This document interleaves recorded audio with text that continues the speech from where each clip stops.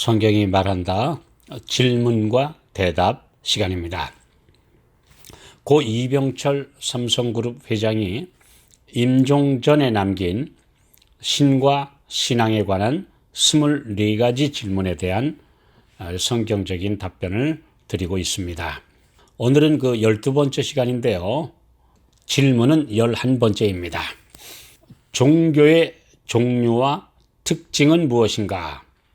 기독교, 유대교, 불교, 회교, 유교, 도교 등의 특징에 대해서 차이점을 설명하라고 질문하셨는데요. 간략하게 답을 드리겠습니다. 사람의 본능 속에 종교심이 있기 때문에 유엔 조사로는 세계 인구 중 약 97%가 종교를 믿거나 신의 존재를 인정하고 있습니다. 이들 대다수는 세계 3대 종교인 기독교, 이슬람, 불교에 소속되어 있으며 이 외에도 8개의 큰 종교, 유대교, 힌두교, 조로아스터교, 도교, 자이나교, 유교, 신도교, 시크교 등이 있어서 이를 합해서 세계 11대 종교라고도 합니다. 종교를 그들이 섬기는 신의 숫자로 분류하면 첫째는 유일신교가 있는데요. 기독교, 유대교, 이슬람교가 유일신교입니다. 그리고 두 번째로 다신교가 있는데요. 힌두교, 신도교 등인데 불교도 사실상 다신교에 속합니다. 그리고 세 번째로 범신교, 모든 사물에 신이 존재한다는 사상으로 도교와 불교 등이 있습니다.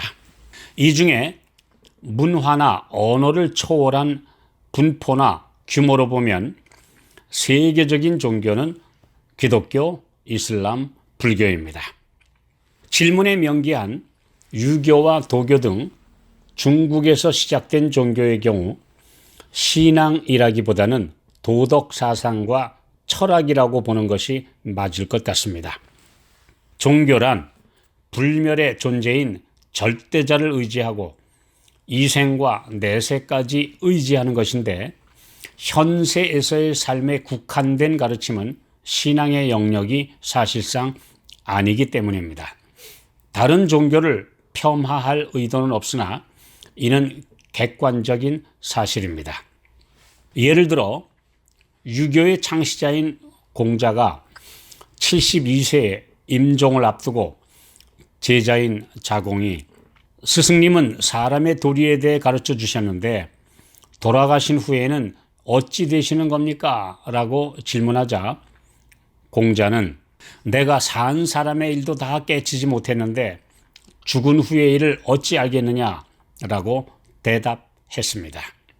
불교의 석가모니 역시 훌륭한 인품을 가진 철학자요 스승입니다. 팔정도를 행하여 도덕적으로 자비롭고 올바르게 사는 길을 제시한 분이며 덕을 쌓음으로 삶에서 좋은 열매를 맺도록 가르쳤습니다. 그는 인생들이 받는 고난을 운명으로 알고 받아들이고 그러려니 하는 체념으로 108번뇌에서 해방되어 이를 이기도록 가르쳤습니다. 그러나 그는 사람이었으므로 창조와 재창조의 능력을 가지신 절대자와는 비교할 수 없습니다. 더구나 그분의 제자들이 그를 신으로 받들며 그의 우상을 숭배의 대상으로 삼은 것은 그분 자신도 원하지 않았던 일입니다. 공자와 마찬가지로 철학자와 윤리 스승이었을 뿐입니다. 이분들은 존경받을 만한 삶을 사셨지만 사람이므로 인생을 산 후에 흙으로 돌아가신 분이며 오직 창조주만 하실 수 있는 내세에 대한 개념을 가르쳐 줄 수 없었습니다. 자신들이 가지지 못한 영원한 생명을 어떻게 나누어 줄 수 있겠습니까? 신은 절대 죽지 않아야 하며 죽을 수도 없으며 생명을 줄 수 있어야 합니다. 그렇지 않으면 신이 아닙니다. 이슬람, 곧 회교에 대해서는 마호멧이 유일한 절대신 알라의 예언자로 자처하며 서기 7세기에 아라비아에서 시작한 종교입니다.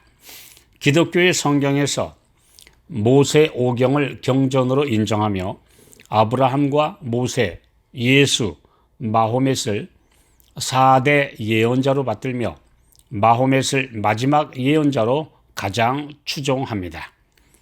아브라함의 서자인 이스마엘의 후손들이 세운 종교로서 기독교와 혼합 종교이며 세계적인 종교로서의 중요한 요소들을 다 가지고 있습니다.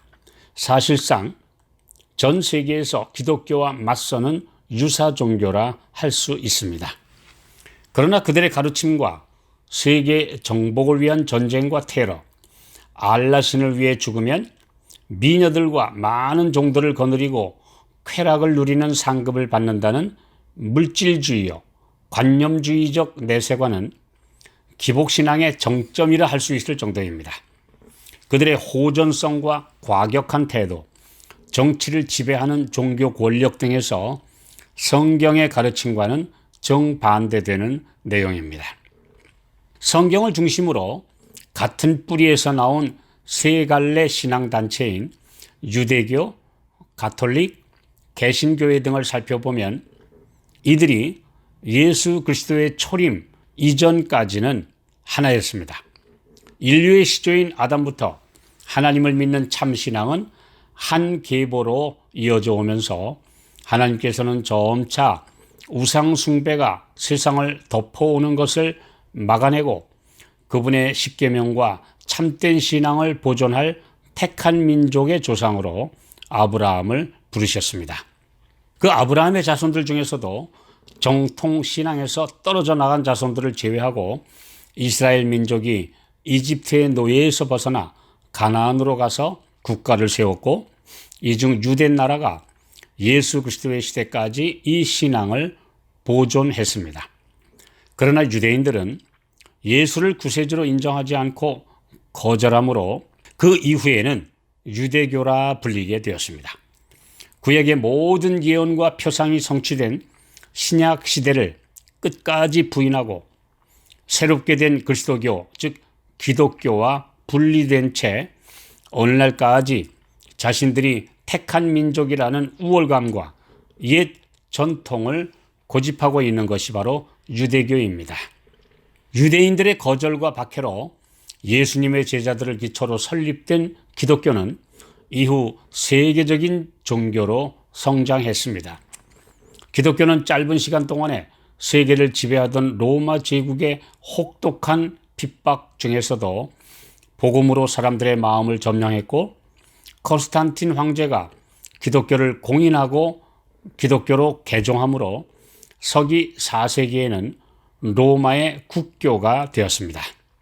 그러나 이렇게 종교가 정치 권력까지 장악하고 로마의 교회 감독이 교황의 지위에 오르게 된 것은 신앙의 본질에서 벗어나 세속과 타협하여 타락했기 때문입니다. 이후 기독교는 중세 유럽을 1260년간 지배하며 교황이 다스리는 가톨릭 교회가 된 것입니다. 그 오랜 세월 동안 양심적으로 성경의 순수한 진리를 믿는 신자들은 처절하게 핍박을 받아 무려 1억 명이 순교의 제물이 되었습니다. 마침내 16세기 마르틴 루터를 비롯한 많은 종교 개혁자들이 교황권의 오류를 지적하며 목숨을 바쳐 종교 개혁을 일으키면서 그 이후 수많은 개신교, 곧 프로테스탄트 교회들이 탄생했습니다. 그래서 가톨릭 교회는 그들의 교리 문답에 구약 시대를 기독교의 고교, 옛날 교회, 그리고 자신들을 구교, 그리고 프로테스탄트 교회들을 신교라 호칭하고 있습니다. 이상 말씀드린 것이 간략한 여러 종교의 특징입니다. 그러나 이 중에서 오직 성경으로가 유일한 기독교 신앙의 표준입니다.